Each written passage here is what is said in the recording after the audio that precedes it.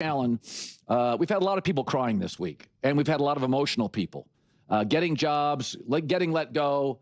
Josh Allen got very, very emotional this week when Sean McDermott got fired. Reportedly, it was a very emotional time. You know, I don't know if people know this. In the last 40 years, that's 4 decades, that's a long time. Every quarterback that's won an MVP in the last 40 years has won a Super Bowl, except Lamar Jackson and Josh Allen. And I was thinking about this morning. Both now are massive cap hits, limits the roster. Both now have head coaches. It's very realistic. The coaches now they have are not as good as the last guy.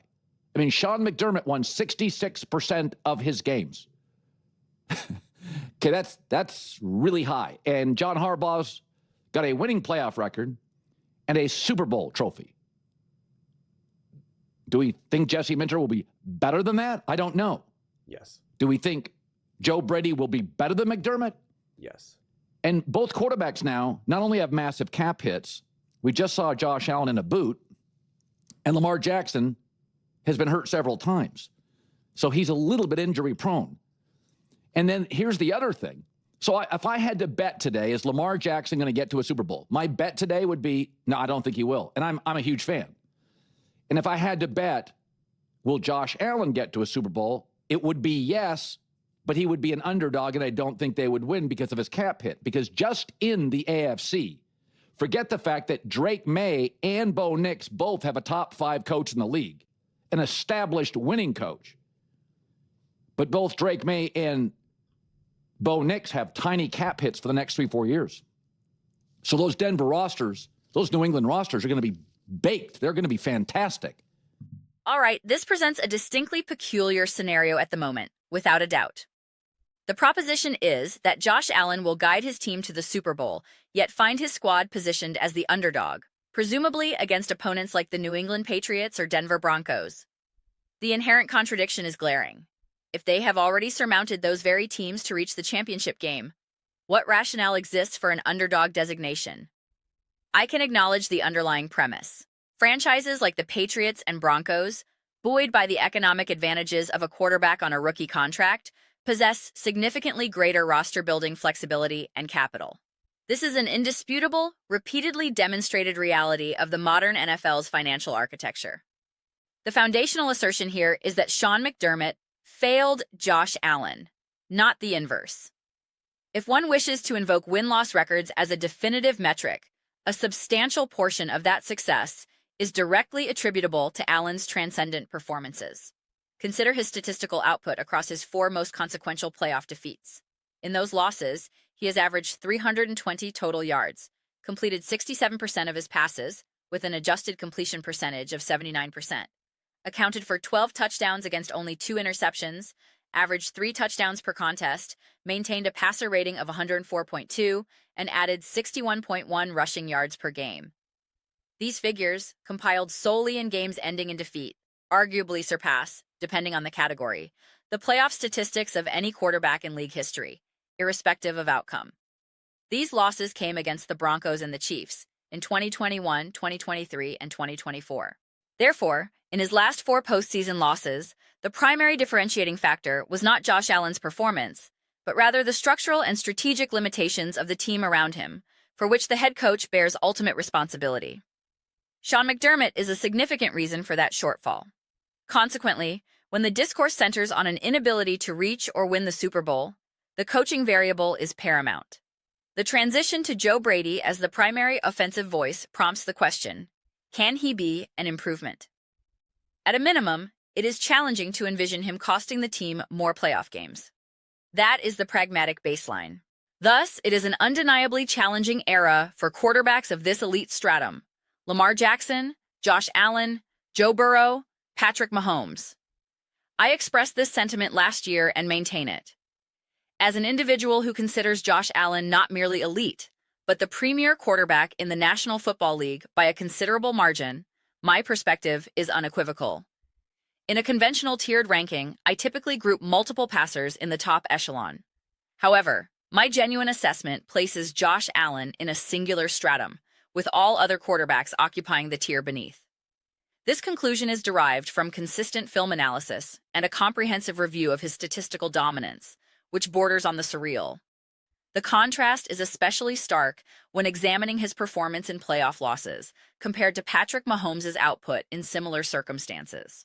In fact, Allen's numbers in defeats are comparable to, or even exceed, those posted by Mahomes in his most celebrated playoff victories.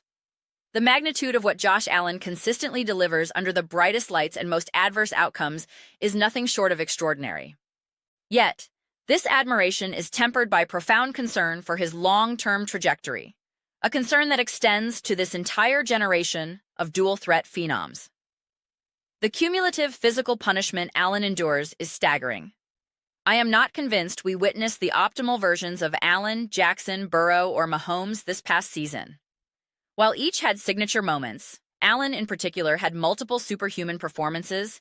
The sustained, week-to-week peak exhibited in prior years seemed slightly diminished. We frequently discuss the potential for extended primes, citing Tom Brady's longevity or analogies to LeBron James, suggesting modern athletes are bigger, stronger, faster for longer. There is validity to this, supported by medical advancements, sophisticated nutrition, and enhanced recovery protocols. Furthermore, today's quarterbacks may absorb fewer blatantly vicious hits due to stricter rules protecting defenseless players. However, the volume and nature of the physical engagements for quarterbacks like Allen and Jackson are fundamentally different. A classic drop-back passer, even one taking occasional ferocious sacks, did not also shoulder the burden of 60-plus rushing yards per game, endless QB sneaks in short yardage, or the cumulative toll of scrambling for first downs and absorbing contact near the sidelines. The aggregate physical load is exponentially greater. This relentless accumulation of contact, I suspect, will be the primary agent accelerating the athletic decline of this quarterback archetype. I am not declaring their best years are conclusively behind them, but observing Mahomes, Allen, Jackson, and Burrow this past season did not evoke the sensation of witnessing their absolute zenith. Moments of brilliance persisted, especially from Allen. But a lingering question emerges. How much more of this punishing style can their bodies sustainably provide? A contrasting example is Matthew Stafford. While older and not possessing Brady's freakish durability, so much of his enduring effectiveness is rooted in pure pocket mastery, diagnosing defenses, delivering the ball with precision from a stable platform. His greatness is not predicated on accounting for 6 touchdowns via pass and run. It hinges on executing a 3rd and 4 by standing tall in the pocket and delivering a strike. This contrasts sharply with the reality for Allen. A 3rd and 4 might require him to evade pressure, scan through multiple progressions while on the move, and potentially barrel through multiple defenders to gain the necessary yardage. The physiological demands are categorically distinct. This leads to the central, almost unanswerable question. What does this portend for Josh Allen's future? I believe it is impossible to forecast with certainty. This context is precisely why I have become supportive of the Joe Brady hiring. I am fully on board. However, it also underscores a missed opportunity, one where I would have appreciated a coaching hire with a mandate to radically reconstruct the offensive approach. The ideal scenario would involve installing a system where Allen functions primarily as a pure distributor, a point guard within the offense, where donning the cape is the exception, not the foundational expectation. In such a structure, 99% of the offense would operate through scheme and distribution.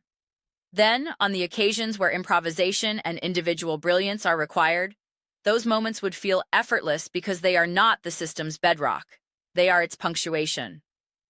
Instead, the Bills' offense has often felt like a 50-50 proposition, half reliant on systemic design, run game, and supporting cast, and half predicated on Josh Allen's superheroics.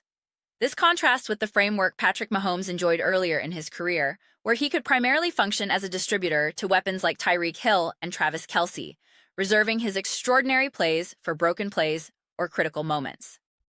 That foundation is inherently more sustainable. Indeed, we have observed Mahomes' statistical and, at times, performative struggles in recent years, precisely because he has been forced to become more of the system, lacking the luxury of pure distribution. This wears on the body and complicates consistent winning. The physical toll on Allen is already manifesting.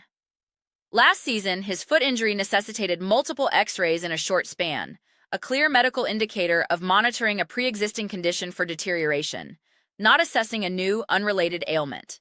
This culminated in off-season surgery.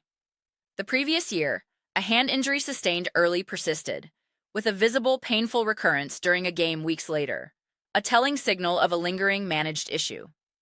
These are not isolated incidents. They are the accumulating receipts of a punishing style of play. Such physical compromises only intensify, not diminish, with age. Therefore, my hope for the Buffalo Bills rests on the potential shift facilitated by Joe Brady's increased authority and influence. The objective must be to construct and operate within a coherent, systemic offensive structure, reducing the proportion of offense that is purely Josh Allen creation. This philosophical evolution, more than any hypothetical underdog status in a future Super Bowl, will likely determine whether he ultimately secures a championship.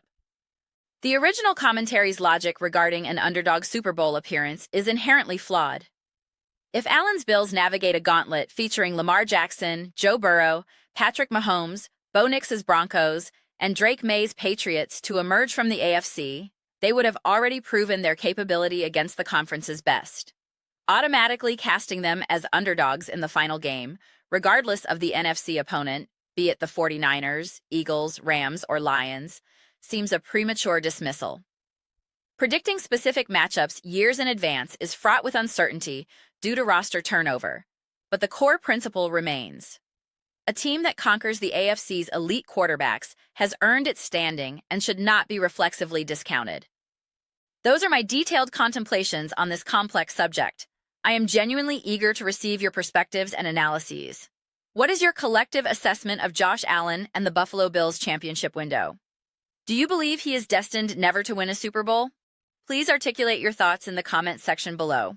I make a dedicated commitment to read every single submission. Whether your viewpoint aligns with mine or stands in direct opposition, I welcome the engagement. Let's delve into substantive discussions and spirited debates, but ultimately, let's ensure the discourse remains enjoyable. Please consider subscribing to this channel. We are in the process of cultivating a remarkable community here, and I would be absolutely delighted to welcome you as a participant. The ambition is to forge a digital space where we collectively feel a sense of connection and shared enthusiasm, and I believe we are making significant strides toward that objective. Also, please remember to like this video, as such engagement substantively assists with content visibility and algorithmic promotion. Thank you sincerely for your time and attention. I look forward to our next interaction.